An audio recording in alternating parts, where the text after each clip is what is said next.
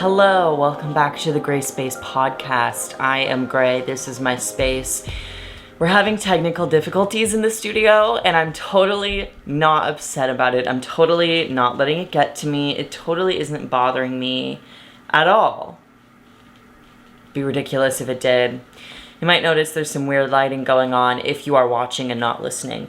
And the reason there's some weird lighting going on is because I'm just trying to figure out this setup. I love sitting on the bed for the podcast. I love that vibe. My string lights that I have in my room are just not enough lighting. Excuse me, I burped. Even though I want them to be, because that like cozy vibe is what I'm trying to emulate in this podcast, and it's not working, I don't think. Which is frustrating. So I have a sunset lamp propped up at the moment. Not sure how I feel about that. I'm also a little frustrated. I'm going to get into today's topic, but I'm also going to talk a bit. I'm a bit frustrated for a few reasons. The house is a mess right now because me and my girlfriend had a friend come and stay with us for the weekend, and we all just hung out because she lives several hours away.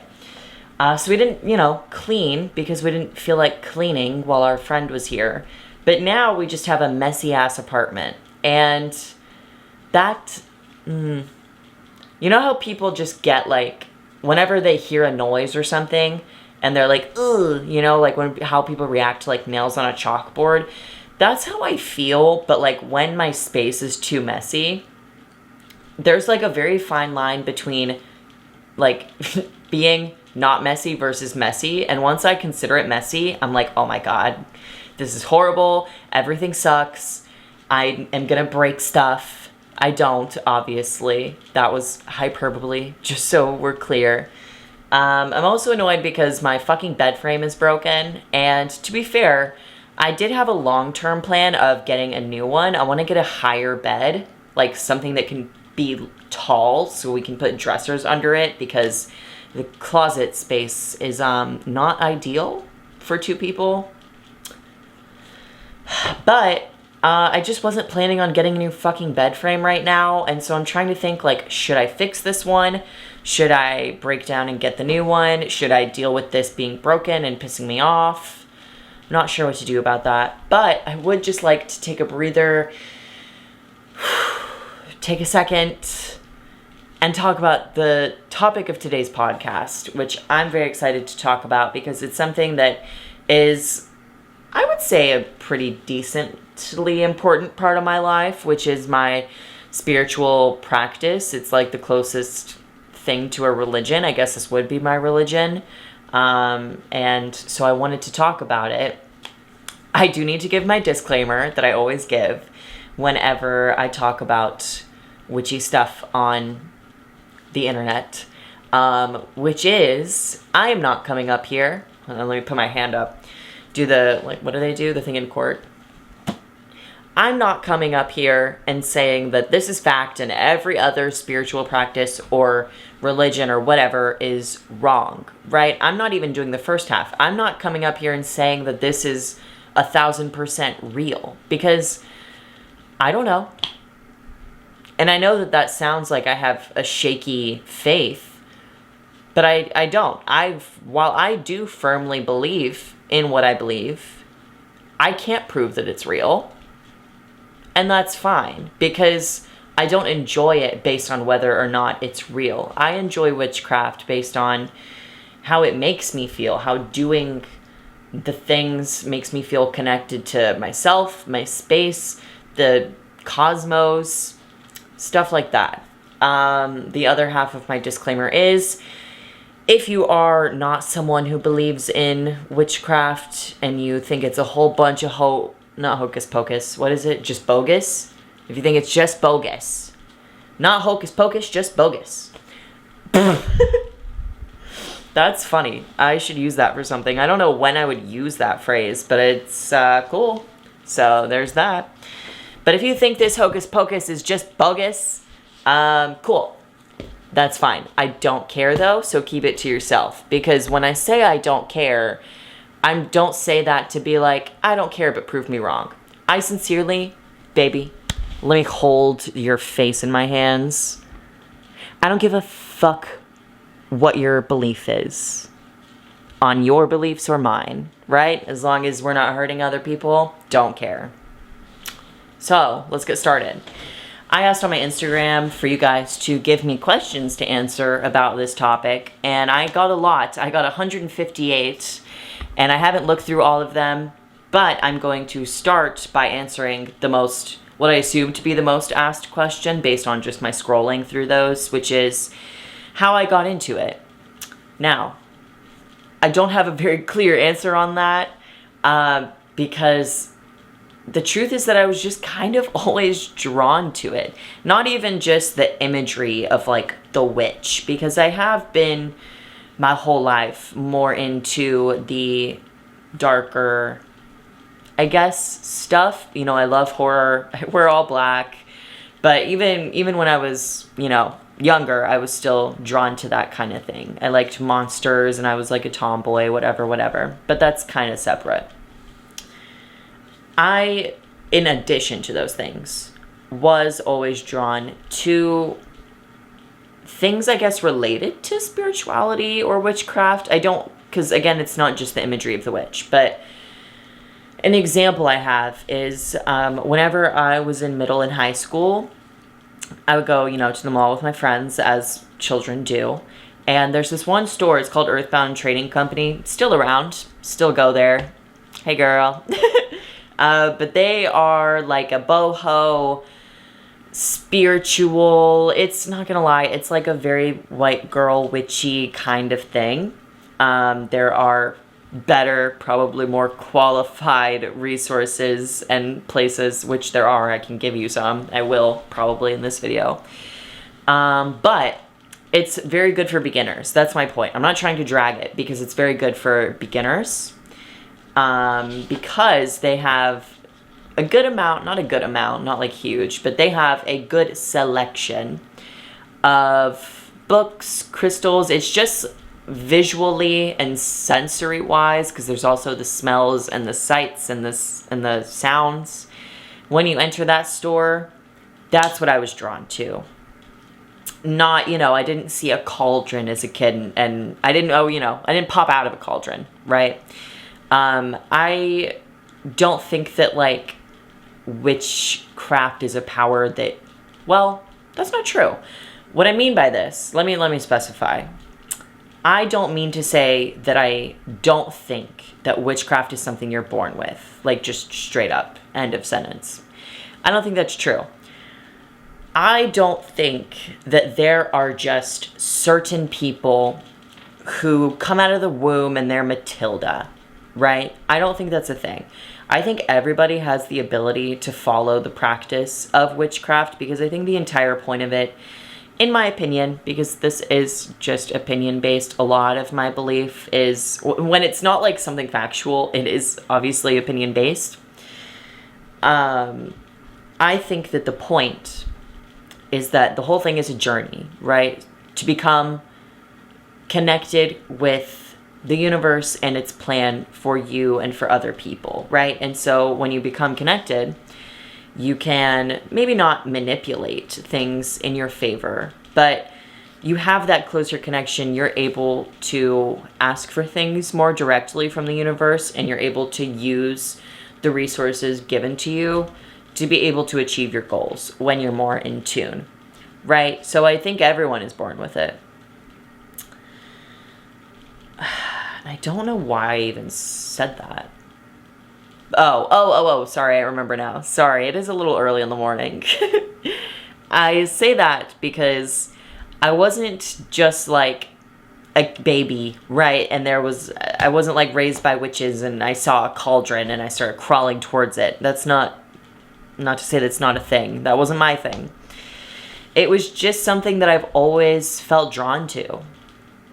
And so I started to pursue it. I finally bought a book, when I was in high school, from the store Earthbound that I mentioned. And I have it here, which I'll talk about in a sec, because one of the questions that I did grab some things for, because spoilers, not spoilers, but fun fact, little fun fact behind the scenes. I already recorded like 11 episodes of the podcast already, and I deleted them and started over because everything was annoying me. The lighting was annoying me. My pets were annoying me. I had to kick them out of the room. My bed was annoying me. The lighting, like, it was just, everything was annoying me. So I do know that one of the questions asks about books. That's why I have them prepared, but I don't know much else. I don't know what else was asked. So that's how I got into it. Is I was just always kind of drawn to it. And so I started to pursue it through, beginner friendly books and stuff, which I will go over, and then just kind of evolving from there. And I will say that my journey wasn't, journeys aren't just one line upward, sometimes they wave, right? And that's totally fine. I've had waves. I had 2 phases really of like being into witchy stuff, one in high school and one in college, and then high school and life and work and mental health got in the way. But these past few months I've really been trying to get back into my practice, and I feel like I've made the most progress that I've made in this whole thing, at this point. So that's how I got into it. Anyone can get into it in really any way, I think, as long as you're doing it respectfully and safely, and emphasis on the respectful part, because we're going to talk about that later, because I did see one of the questions asked about cultural appropriation, and I'm definitely going to talk about that because it's something very important to look out for, especially in witchcraft, because it's just kind of this thing where it's taking a lot of different stuff from a lot of different places. There's a lot of different subgenres, and so a lot of it can get, I'm not sure if muddled up is the most appropriate word. Somebody called me out on the last episode of the podcast because I didn't use the most appropriate adjective ever as I was talking off the dome. Lord forgive. But anyway, let's answer another question. Let me pull it up. I got it on my phone here. My phone's charging because I have yoga in 2 hours, and I fell asleep without plugging my phone in because I do that all the time. Anyway. Oh, yes. This question. Any books or content creators you recommend to learn more about witchcraft? Content creators is more difficult because as you get more into witchcraft, there is a lot of different subgenres just within that. And then there's also religious-based stuff, and there's also different cultural-based things.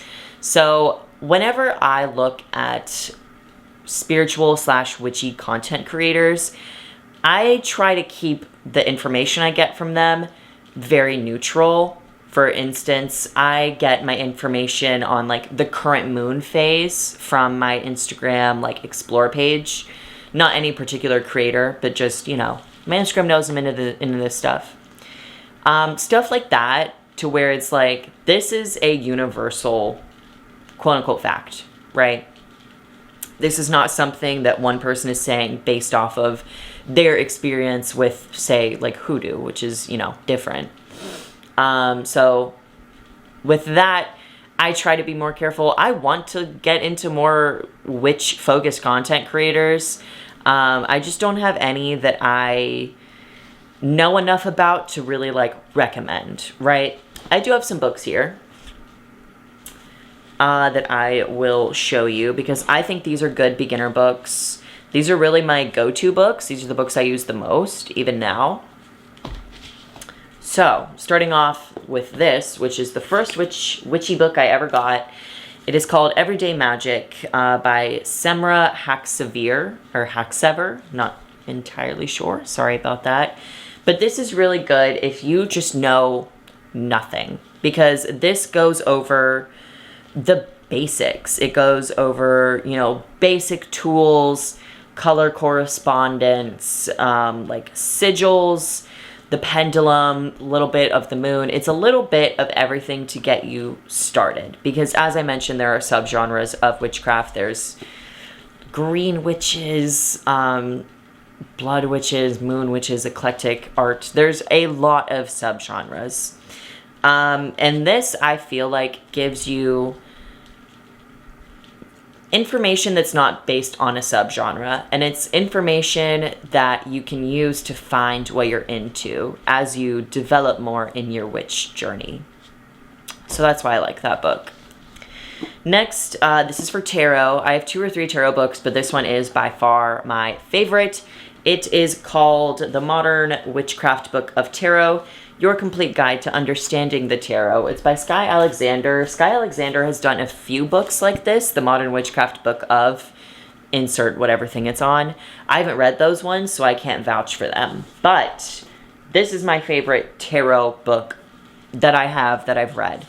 And the reason why it stands out and why I reach for it in comparison to my other books is because I just feel like the interpretations of the cards go more into depth, and I also feel like it gives more information on the card itself and the imagery and the symbolism behind the imagery of the cards, which is something that I appreciate because currently I'm trying to learn more about the tarot and be able to go off memory rather than off a book. So I'd rather get off the book and go by memory. That's something I've been working on. It's one of my big goals right now. But if that's not where you're at yet, but you need a book, this book is great. Next book is a book on crystals. I will say this is not a crystal encyclopedia. It's missing a lot of stuff. This book is specifically for grid making. If you have a crystal grid, which I have, and if you've seen it in my other like vlogs or witch focused videos, it's basically like I have a flower of life little wooden cutout and I place crystals on it every new, moon phase or zodiac season, whatever it is where I'm like, it's time to change it, This is good for that. This is called the Crystal Grids Handbook. Use the power of the stones for healing and manifestation. And it's by Judy Hall, who it does say she's the best-selling author of the Encyclopedia of Crystals. So this one's not a full encyclopedia, but apparently she's made one. But yeah, this one gives you a lot of ideas on how to position your grid, as well as grid basics, the benefits, stuff like that. And it's just very helpful. It gives you different shapes, gives you different... it's a guide. It's a handbook. It helps.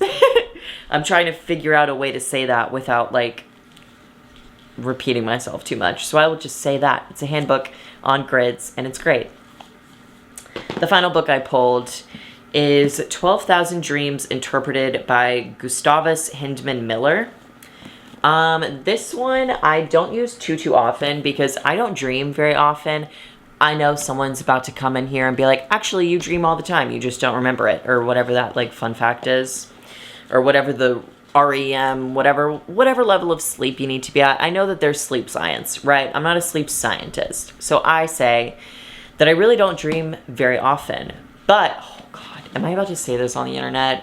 I'm about to say this on the internet, and I really hope people hear it and go, oh my God, me too. And not, oh my God, that's a sign of schizophrenia or something, But a lot of the times, whenever I dream, it's something, God, I know how this sounds, guys. I know how this sounds, but I'll just spit it out. It's something that usually happens in the future. It is usually because everyone dreams differently. My dreams are POV, right? They're from my eyeballs. And it's usually, if it's not a scary dream, which I do have, honestly, majority of my dreams are bad dreams whenever I remember them. But there are dreams that I have where it feels like a snippet of my life, but something I haven't seen yet. So it'll be from my eyes, and someone I know will be there, whether it be my girlfriend or my dog. There will be a place or a person I can recognize. And something's happening that feels very normal and like it's just coming out of real life, but it doesn't match my life. Funny enough, I had a lot of these when I was in my last relationship, And I've been getting a lot of deja vu as I'm having these moments with my girlfriend because they were dreams that I had, you know, months and months ago that I woke up from, and I went, oh, well, that's weird because I had a girlfriend in that. That's so weird. And it's not just the fact that I had a girlfriend, right? It's a very specific scenario. It's me walking down the street with my girlfriend and our friends, and someone saying something, and we're in the spot that the dream happened, and it's just like, holy shit, I fucking dreamed that this would happen. So now that I have said one of the I don't like to use like the word crazy, but now that I've said, you know, one of the most, I guess, interesting things that I've admitted on the internet, I'm really hoping people relate to that, because it happens to me a lot. Anyway, let's look for a new question, because those are the books. Oh, duh, I didn't even really talk about this book.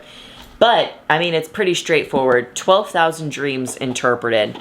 It's alphabetized, so if I had a dream where someone was chasing me with a pitchfork, go to the P section, look, pitchfork. And I will say this one's not the best because it doesn't have every single interpretation of every single thing you could see in a dream, but also, like, yeah, that would be a big fucking book, right?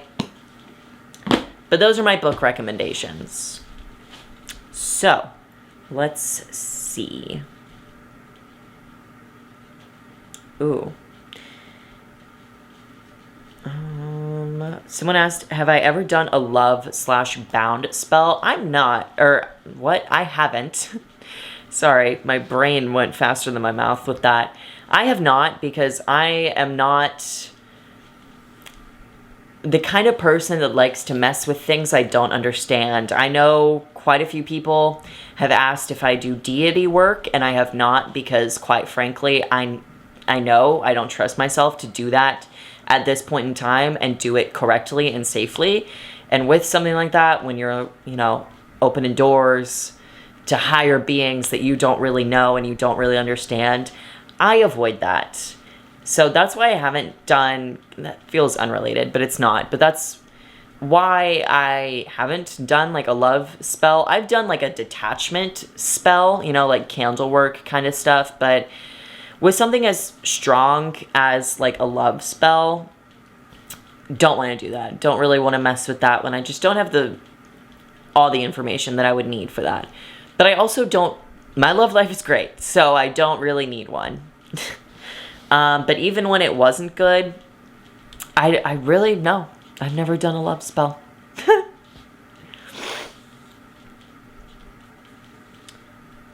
Let's see, what else is there? A lot of it is asking how people can get into it.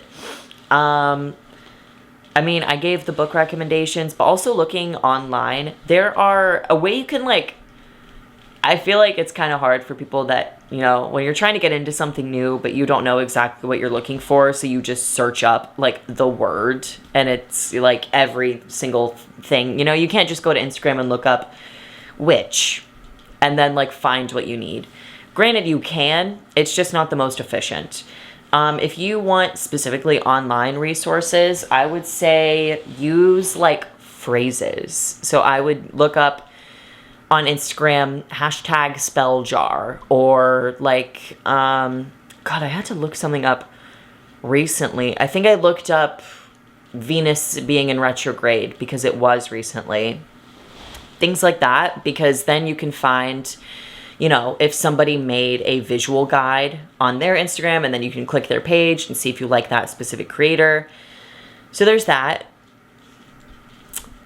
There's that option. Also going to places okay, if you're looking on a map, witch shop isn't really a thing. If you're like, I want to go to a witch shop, you have to look up the term metaphysical store, metaphysical shop. But the workers there know their shit. They don't hire people that don't know stuff. So definitely them. They're always great. But yeah, and also the books that I mentioned. And you don't have to get the books that I mentioned, like only those books, because again, I don't know if this is again, because I don't know if I've said this yet actually, but I think a very important part of the practice is how personal it is, because it's, again, your personal connection and journey in the world and with the world. So it's hard to give a real clear-cut answer, because a lot of my brain is like, you just got to figure it out. Like, you just have to do it. But I understand that that's not helpful.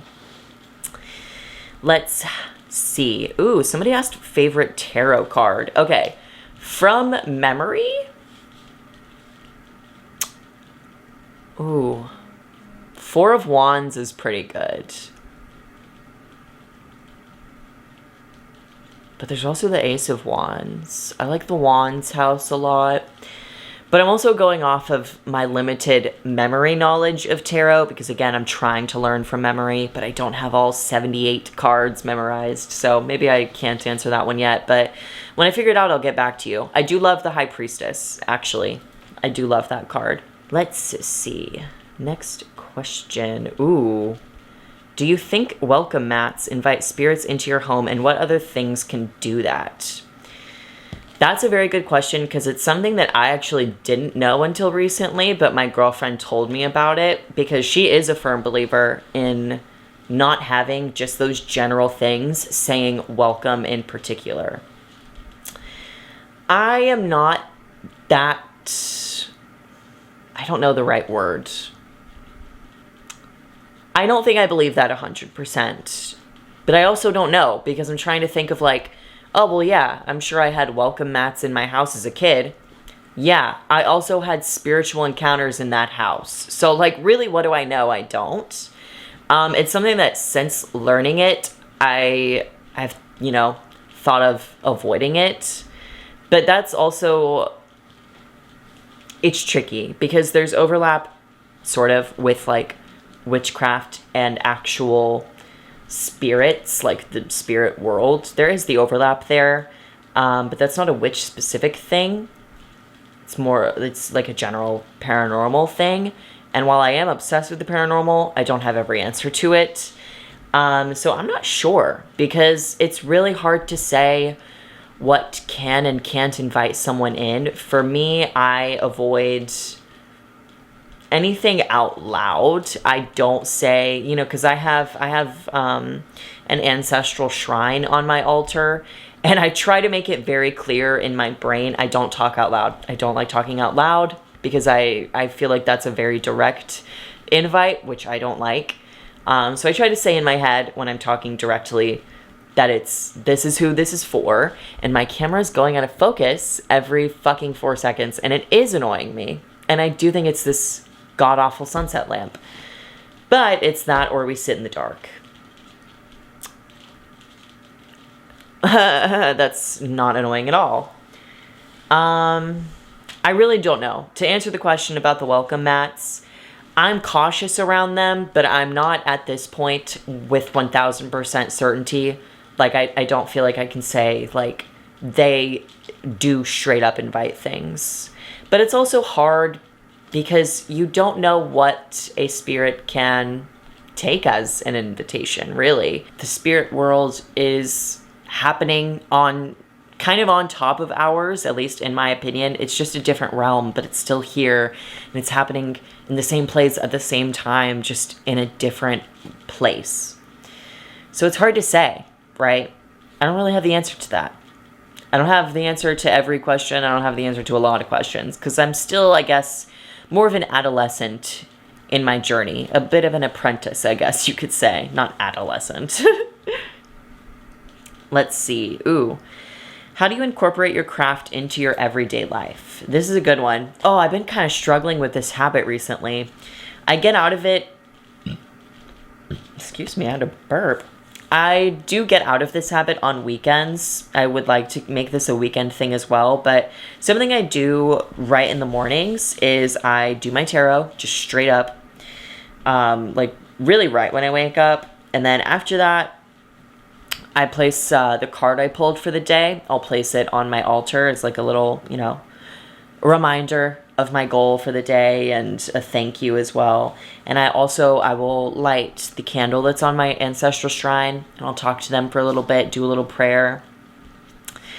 But I would say every single day, I don't incorporate practice into my life. There are times where I do. I incorporate it a lot with my plant work and like the crystals that I place around the house and cleaning my house. I would say, yeah, my house and my plantiness is when and where I incorporate it the most. But you can incorporate witchiness into a lot of stuff you do, because I'm going to say this a lot, but in my opinion, the point of it is your connection with the universe and the things that it provides. So I feel like connecting with nature in particular is a really good way, but also caring for yourself and your environment and animals. But that's, again, my opinion. Also, there is the things like, color correspondence, because every weekday is associated with a color. I used to do that. I don't do that now because I have, a pretty set aesthetic for my clothing. So I don't do that. I do, if the moon is telling me certain things, like we recently had the Lion's Gate and the moon in Leo, which I set personal goals for during that time. Stuff like that is how I incorporate it every day. Alrighty. Ooh, somebody asked if you can manifest something through witchcraft. Yeah, I think you can. I think that manifestation is a real thing. There are people that know a lot more about it than I do, because I don't try to manifest too much. I would say the most I try to manifest is like just a good headspace and or general organization, to be honest. There's not a lot in my life that I feel like I need to manifest, but I do believe in manifesting, and I do think that witchcraft can help, because again, it's just that connection with the universe. I think that a lot of witchcraft is, in a way, manifesting, because you're kind of talking to the universe and you're asking favors from it, and you're taking what it gives you, and you can, take with that how you will. I realized that was not a complete sentence. I realized as I was saying it, I was like, I don't have the complete sentence to this, because I don't have the full answer to that. Sorry, I'm not a fucking grandmaster witch. I'm just some person doing it in my apartment. Somebody asked if I love black cats. I do, actually. It's in a few months. Gonna get one. Very excited. Probably gonna get one. I really want a black cat, but we are waiting a bit because we got Nobu a few months ago. And so I just kind of want there to be more of like a chill period before I'm like, okay, let's get another. Because I know that I have the personality to where right when I discover I like something, I'm like immediately like, I need to get all into it, know everything about it. And I also have a collector's mentality. So I have to put effort in not collecting animals. Thank God I don't, because that would just be very bad. But yes, it is in the plan. I do love black cats, and it's in the plan to adopt one. Ooh, somebody asked if there are different sects of witchcraft and how are they different. I already kind of went over like the subgenres. There's, the green witch, the eclectic witch, moon witch. There are a lot of different subgenres. The way they differ is, I guess the way I would say it is they differ in how they interact with the universe. Moon witches obviously rely a lot on the moon and its benefits and its powers and how it interacts with the other planets and how it affects things on our planet. And so they act according to the moon, really. But there are also the green witches, which focus more on like actual nature. There are eclectic witches, which I think is what I would be, which is kind of a little bit of everything. So yeah, they really just differ in, I guess, how they get their message across. Because I think witchcraft can be seen as a message to and from, again, the universe, which is the buzzword for this video, for this podcast. But it is true. The different sects are just different in how they communicate with the universe and how they work with its resources and stuff. Ooh, somebody said, how can you ensure safety when just starting out? Don't try something because you don't know about it. And that's something that's hard for me to say because I'm very much I'm going to pick this thing up and I'm going to figure it out as I go, and that's going to be fine. I do that a lot with crafts, you know, like my fabric work, collage, like all that stuff. I don't really know anything about that. I just figure it out as I go. I wouldn't say witchcraft is a very figure it out as you go thing, because to ensure safety, I think you need to know what you're doing before you do it, because as we kind of talked about, it's so easy to accidentally manifest the wrong thing or invite the wrong thing. I don't even like talking about it out loud. That's how you can ensure safety, is if you don't know about it, don't talk about it. Because everything has energy and you don't want the wrong energy. That's why I haven't done deity work, because I don't want to do the wrong thing. I don't want to make the wrong connection, and I'm moving on because I don't even like to talk about it. I'm just and if you're a listener, I'm just closed mouth, holding my finger up. Like my pointer finger, doing like the shush thing. That's me. With this practice in particular, just because I've had paranormal experiences before, and I know how scary things can be when you have the wrong kind of presence or connection there. So my advice to ensure safety is stay the fuck away from it if you don't know about it. If you want to learn about it, do it through somebody that knows what they're doing. Take a lot of notes beforehand. I would, if you can, have a actual person with you while you do it. I know that's not the easiest, but yeah, just be cautious and don't talk to things if you don't know what it is, and don't talk just out because you don't know what's listening. Anyway, ooh, somebody asked, how do you personally like to connect with your oracle/tarot decks? I don't have any oracle decks. I personally just don't know how they work, and I am more of a tarot-focused and tarot-interested person. The way I connect with them is, I'll grab a deck and I'll show you. I have the inversion tarot. I've had some people on my Instagram ask whenever I post my reading what deck I have. It's called the inversion tarot. But the way I connect with a deck is whenever I get it, I will spend a lot of time shuffling and talking to it. Again, I try to talk more in my head because that's just what I like to do. I kind of like just having that mental barrier between me and the rest of everything. But what I like to do I don't know if this does anything. It just makes me feel better, right? So take it with a grain of salt. But what I like to do is whenever I want to get to know a deck, I guess you could say, is I think a very important part is having the deck connect with your energy, and the deck having your energy as you work with it. Right? Because everything has energy, and energy can transfer to and from, and you can connect with different energies. So what I'll like to do is I will hold it kind of tightly in my hands, and I'll shuffle it around a little bit, and if it's a newer deck, I'll, say some stuff about myself in my head as I'm shuffling. I'll talk about my intentions with the deck. I usually, whenever I do my daily reading, I always am like, here's my plan for the day, but girl, what is my plan for the day? You tell me what I should look out for, or if there's anything particular I need to know from you, right?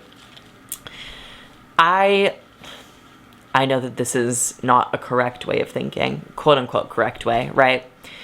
Because energies can move. They're not just tied to a physical thing.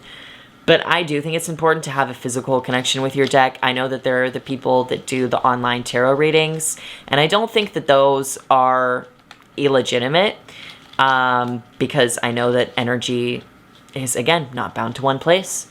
But for me personally, with where I'm at in my practice, I just like to build that physical connection to tie in with my energetic connection.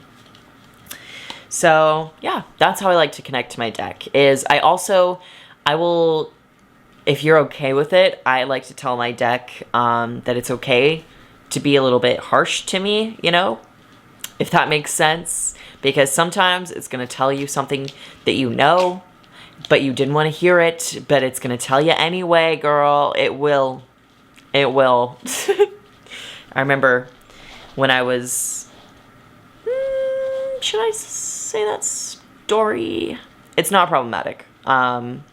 It's just something to do with a past relationship where I was really conflicted, and I knew the answer in my head, but I knew how hard that answer was going to be to do, because the answer was leave the relationship. So I asked the tarot. I did like a whole thing, not just like a one card pull, but I did a whole layout thing for this specific trouble. And it gave me the exact answer I had in my head. And I was like, well, I did tell you to lay it to me straight, but fucking A. Doesn't make it easy. But that's how I like to connect to my deck. Okay. Ooh, somebody said, I'm interested in doing an altar like yours, but I have no clue where to start. So they asked to explain how you set up your altar, what it's used for, when you change it, and etc. Fuck yeah, I'll talk about my altar. Are you kidding me? I need to edit. I actually just upgraded my altar, and I filmed the process, and I need to edit that. So watch out for that video. But an altar is basically, you know how like a wood shopper or like a potter, you know how people that do crafts have like craft stations, tool stations, a workspace? That's basically a witch's workspace, is the altar, because it has, again, guys, this is all, take it with a grain of salt, because there are many different ways you can do many different things. But from what I know, it is the most common practice to have one set space, right? You can have several mini stations. I know that people have their portable altars. I don't have one of those. I have the one in my house. But it's just good for holding your supply. It's good for setting, like, not necessarily like, it's good for good vibes, because I don't mean that, but it is for me where I keep my tarot and where I do my crystal grid and where I have all of my oils. And it's all of the stuff that I use to ensure that I am on my path and that I'm doing good, right? In both life and in the practice. So that space ensures that through the energy that is held on it, through the items that's held on it, through how it's used. It's just a good workspace, and it doesn't need to be any particular size. There's not one thing you need to have an altar, because I know you mentioned wanting to like have one. I would actually say, especially if you're starting out, a portable altar is actually a pretty good idea. While it does limit like what you carry, because usually it's like an Altoid or like those mints, one of those like metal tins is where I see a lot of the portable altars. And they'll do, a few crystals, a sigil, some small things that they can use. I feel like that's a good place to start, but I would just look at the altar as your space to use and build from. And so the stuff on it and really how you use it is based on you and your intentions in your practice. So, excuse me, oh my gosh, I feel like I'm really burpy. Realistically, I'm probably not that burpy, but I just feel like I am. But yeah, there's a little bit on altars. How do you deal with how do you deal with judgmental people not understanding witchcraft? I don't. That disclaimer I said, how I said that I don't care if you don't believe it? I'm serious. I don't care, because you not believing in it doesn't affect my life or my practice. And you can say what you want. It doesn't matter to me. I don't know why I'm so... I think it's just because of, like, it's my personal belief, and my personal belief isn't harming another person or telling someone what to or not to do. You know, it's a very personal thing. And I think that's why I don't let judgmental people bother me about it, because I'm like, well, cool. It's still my thing, and I'm still going to do it because I like doing it. That's how I deal with it, is honestly, I don't. I just don't put up with it. I'm like, I don't care. Okay. Ooh, favorite metaphysical stores in the Austin area. Let's go Austinite. Okay, so let's see. Obviously the big one is Nature's Treasures. That's if you need a crystal, if you need a new deck, that's usually where you can get that. It's the huge rock depot off 35. It's great. There is also my personal favorite, which is Yarrow and Sage. I had to take a breath because I love Yarrow and Sage so much. They're the ones that host the Austin Witches Market. They're awesome. They have a lot more, they do have like crystals and decks and stuff, but it's a lot more actual witchy resources made by witches. They sell a lot of like small businesses ran by witches for witches. So like they have, you know, the oils, they have bath stuff that people have made. They have like the mojo kits. That's a very much, Nature's Treasures is, I feel like, a very beginner store. Next level, I would say, is Yarrow and Sage. After that, I would say, I really am. I'm going in levels just because it's easiest. There is also, oh my God, I'm blanking on the name of it. Why am I blanking on the name of it? It's the one, I think it's on Ben White. I have to look because how am I forgetting its name? Give me a sec. Ancient Mysteries. Ancient Mysteries, I like because it has a lot of, it's very herb focused, which is very good, but it is for people that kind of know what they're doing. There's not a lot of beginner stuff there. That is, I would say, a level above Yarrow and Sage, just in the sense of like, you're there to get a candle for the altar that you have for your deity, right? That's the stuff you get for that kind of thing. And then I would say on the same level, if not even higher, actually no, I'm not going to put it at a higher level. I'll put it at the same level. This is City Alchemist. It's on 5th Street. They do a little bit more darker magic. That's where you can buy like real human bones for your practice, which I don't do because I don't want to, and I don't know enough about that to want to. But if that's where you're at, you can buy ethically sourced human bones. They are very expensive, but you can. But yeah, they're cool too. And they also have very informed employees. I found a lot of these places, especially where it's like a more intermediate to advanced, they know a lot, especially at Ancient Mysteries and City Alchemist. Yarrow and Sage, they still know stuff. Nature's Treasures, they still know stuff, but it is more of that basic-y kind of stuff.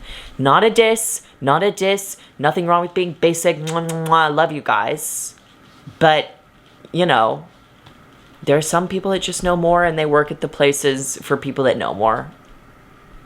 But there's that. Ooh, what's your favorite crystal / favorite way to cleanse yourself / crystals? Good question. My favorite crystals, I like green aventurine. I like celestite a lot. I like rose aura quartz. And of course, rose quartz. Those are the ones I use a lot. I use citrine a lot, actually, as well. Yeah, I would say those are my favorite. I mean, obviously, you can't go wrong with, like, an amethyst, you know? So I would say those are my favorites. The way I cleanse, I don't cleanse myself. Actually, I should start doing that. I am more of a cleanse my space kind of person, so I'll do, like, a house cleansing kit. Oh, I am blanking on the store. There's a store that sells house cleansing kits in Austin to follow up with that person from that previous question. I don't remember the name of that store, though. My apologies on that. But, you know, there are people that sell house cleansing kits.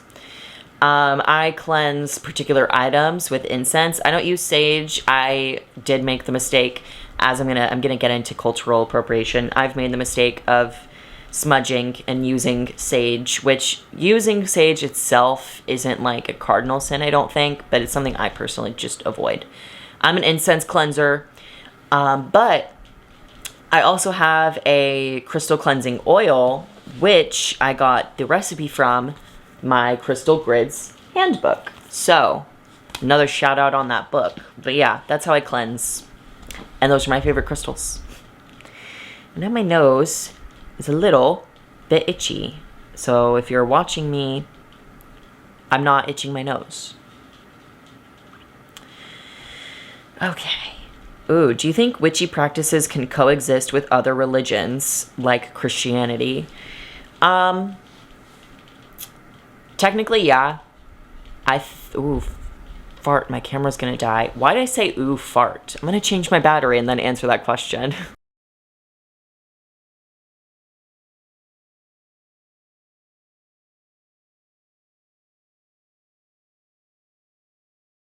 As I was saying, I think that, yes, I do think that witchy practices can coexist with other religions on like a base level. I think that they can coexist from like, excuse me, oh my god, I burped again. I think that they can coexist on the witchy side of it, because I know that there are a lot of witches like me where it's like, you do your thing, I'm gonna do mine, and I don't give a fuck, right? Because this is what I believe, this is what you believe. I would say, just based on experience, and I know that there are going to be the Christians that say, I'm a Christian and, you know, or I'm a Christian, but we don't do this, whatever. And that's fine. You're not that Christian. Congrats, right? But there are a lot of, I guess, God-based faiths, right? Where they believe in one person. Have the track record of enforcing their religion over others, right? So I think that witches can coexist with others, because our whole thing is, you know, connectivity to the universe, and if there's a deity, right, then there's that. But it's kind of just our own lane kind of thing. But I feel like with someone, I'm using Christians because this person used Christianity as an example, and because Christianity is very common. But a lot of people of that faith are very much like, God is real, and God is God, and He's the only thing out there. He is the religion, right? So, a little hard to coexist with those kind of people, but I think it's possible. And on a base level, day-to-day life, absolutely we coexist. Let's see. In what form do messages from the universe come to you? That is an awesome question. Honestly, through luck, I would say. And my tarot. My tarot for sure, because that's how I connect with her. If I ever am like her, capital H, it's the universe, right? So usually through tarot, but also through luck, I would say, and usually those things will intertwine. So I'll have good card pulls and will also have a good day. So I guess the answer is actually just tarot, not through luck, because me having a good day isn't the message. The message was through the tarot, and the good day was like proof of that message. So my tarot.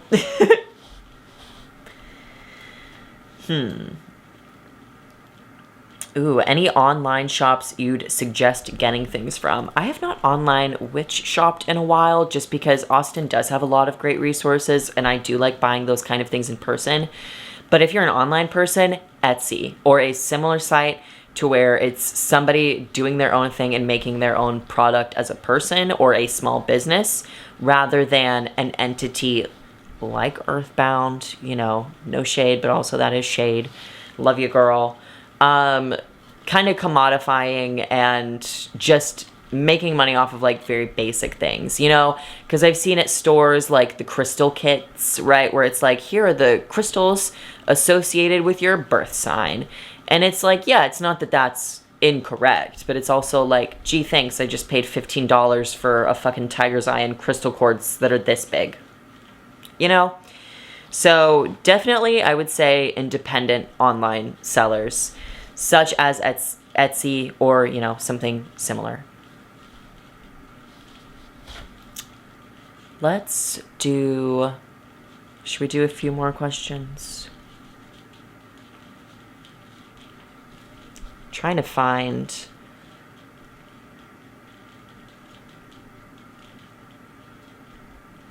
a question I haven't answered, or a question that like I want to answer, you know, just from my scrolling.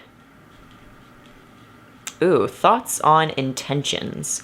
Is there a specific way you need to set them? Are all intentions valid, etc.? Ooh.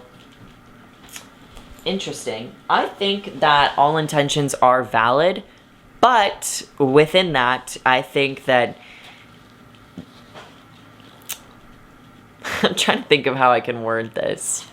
I'm a big believer in universal karma, right? So I think that all intentions are valid in the sense that you can set an intention, and that intention can come true if, you know, you've worked and manifested it and it's paid off, right? All that shit, right? You can set a bad intention. You can set an intention to hurt another person, and I think it can come true. The issue, okay, yeah, let me just say that it wasn't the right word and then use it again for sure. The thing with that is universal karma. I think if you set an intention that has bad intentions and it comes through, I think wait for that luck to come back to you, because it will. A specific way I set intentions. I write a lot. I journal a lot. I love my journal.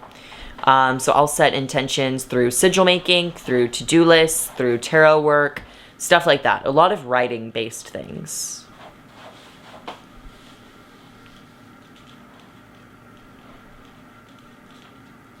God, I forgot I have to talk as I'm searching for the questions to read.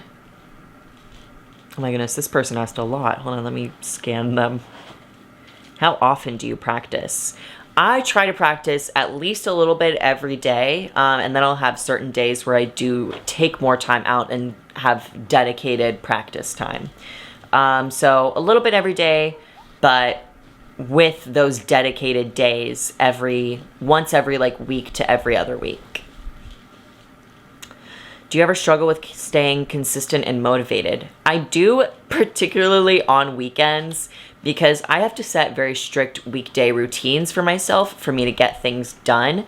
And on the weekend, I don't like to do that. I just want to relax.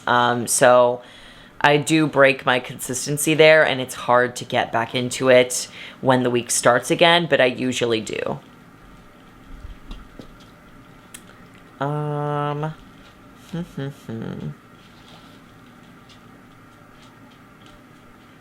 Somebody said, how come kangaroo isn't mentioned in the Bible? Don't know. But that's funny, and I didn't know that. Okay, we're gonna tackle this one. Not tackle, but we're going to approach... Oh, I didn't realize that this was... one of my mutuals asked me this. I didn't realize that. What's up? I don't know why I just did that hand signal, but they asked... How do you avoid cultural appropriation? Examples, sage replacements, Wicca, etc. And that's something I've been, kind of hinting at this whole time because, as mentioned, there's a lot of pieces to witchcraft that come from other things that shouldn't have been used because of the culture that it comes from, right? Unfortunately, there is a lot of appropriation within witchcraft, especially within white witchcraft, like white basic witchcraft, because it's just like, oh yeah, we're going to take our sage and we're going to do our cleanse, and we're not going to care about the intention or where sage comes from or anything like that. That's why, honestly, I am of the opinion that this is a very long journey. I think witchcraft takes a long time because there's a lot to navigate. That's why I don't delve into too many new things, because I don't know, or I don't delve into new things until I do know, or I am told where they come from.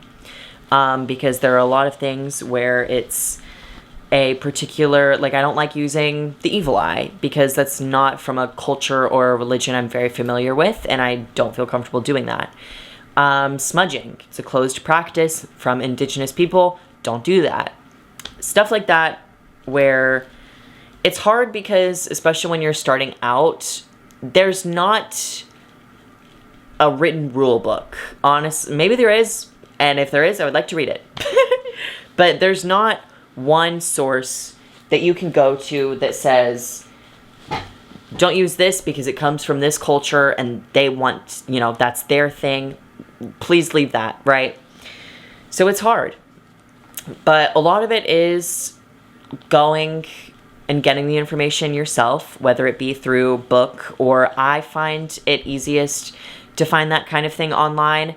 It's a lot easier to write a book of things you can do than it is to sell a book of things you shouldn't do, if that makes sense. Whereas on the internet, it's a lot easier to find the sources of like, hey, this is where this came from, this is why we don't really do this, etc. So I think it's very much on the individual. I've made the mistake of doing things. I've made the mistake of using white sage and of smudging because I was just following something I bought and I didn't know, and I had to be corrected. And I haven't done it since. But that's why it's on the person initially, right, to learn that information. I think you should try to learn that information before you do something. If you make the mistake of not seeking the information and just going for it, I think there is also a responsibility amongst other witches. That's how I was told that I was doing things wrong, is because other witches saw me doing it. But there is that responsibility to be like, hey, we don't really do that. Here's why. And when I say like that it's their responsibility, or like that witches kind of have that responsibility, I'm trying to think of a way to say that. Well, no, because I mean what I said, but I don't want people to take that as like every single witch needs to, be diligently watching this and that. And I also don't want that to sound like me saying that like, oh, it's the people from that culture that if they don't want it appropriated, they should have told me, because that's not what I'm saying. I'm just saying it is like a helpful witch thing to do that. But yeah, honestly, it's hard, especially in more commodified, more accessible sources for witchcraft and things like that. Again, like Earthbound, and there are some places, I think Urban, I'm trying to think of other stores. There are other places where they sell things that are for specific people or have info from specific cultures, specific groups of people that shouldn't be public access, or not public access, but they should be reserved for only that culture or that group of people, and they're not. And that's something that is a problem and something we need to look out for, because I'm not trying to appropriate anything. I feel like I've said that before. I'm not trying to offend anyone. I'm not trying to appropriate anything. I am just here on Earth, and I'm trying to figure out Earth's plan with me, I guess. But I feel like that's a good place to end this episode of the podcast, where I talk all about witchcraft. If you liked it, go ahead and give it a like. That'd be pretty cool. Let me know you guys' thoughts. I didn't address everything. There's so much I could have. But yeah, gotta keep it a little limited for time's sake. Oh, Okay, Nobu, that's cool. He just, instead of going around my tripod, he just like went through it. But yeah, thank you for watching or listening to this podcast. If you're watching, go ahead and give it a like. If you're listening, giving it like a high rating on Spotify would be kind of cool. I don't know. You could maybe even share it with someone. But yeah, like, comment, surprise. Like, comment, subscribe, rate, share, whatever. Do it, please. And I will see you next time. And Nobu is blinding himself with the light now. He just was staring directly into it. So I'm going to go stop him from doing that. Bye!